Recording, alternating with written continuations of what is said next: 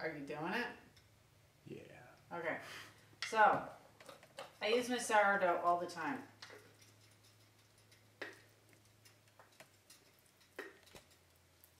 For all sorts of things, like making muffins. But I don't have any bread this week, so I'm taking it out and I'm making some bread. So, there's my starter that I keep in the fridge. Here's the stuff I'm going to make bread with. I like my sourdough starter to be nice and not too dry and not too wet. You actually need more flour than water. You don't want it to be too wet. What did you just do there? I'm just pouring in some water. Yeah, but what did you do before that? You put flour in. How much? Oh, just probably about a half a cup in here. This is the one that I keep in the fridge. And you gotta whoop it up really good because for some reason, one of my books said whip lots of air into it, and it really does seem to work. It makes the yeast happy. Happy yeast make good bread. So that's nice and thick.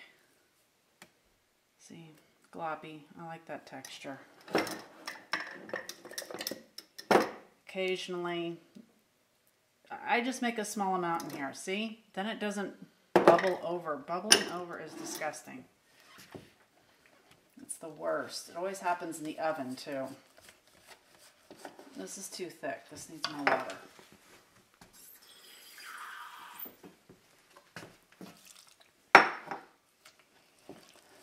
This is what I'm going to use to start my bread. Tomorrow, in the morning, I'll add more water and flour to it.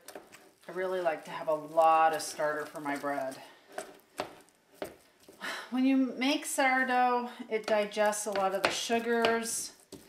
It's also supposed to make it more digestible for people who can't digest gluten. And that was the most recent thing done in some Italian study because, you know, Italian people cannot do without their bread. Even if they have celiacs, they are not going to live without bread. So they're going to figure it out. That's that. I'm just going to put a towel on it. Okay, so if you're making cheese, do not use the same towels to cover your bread that you use to cover your cheese because you don't want yeast in your cheese. That's skanky. Okay, so because Nicholas forgot, he's not getting paid for this clip. He used up all the videotape. So I'm going to start soaking some grains for in the morning. Grains are a huge problem for me because they're just full of grain sugars called fructans. And if I was a horse, this would be killing me. So if you had a horse, you'd be soaking your grains too.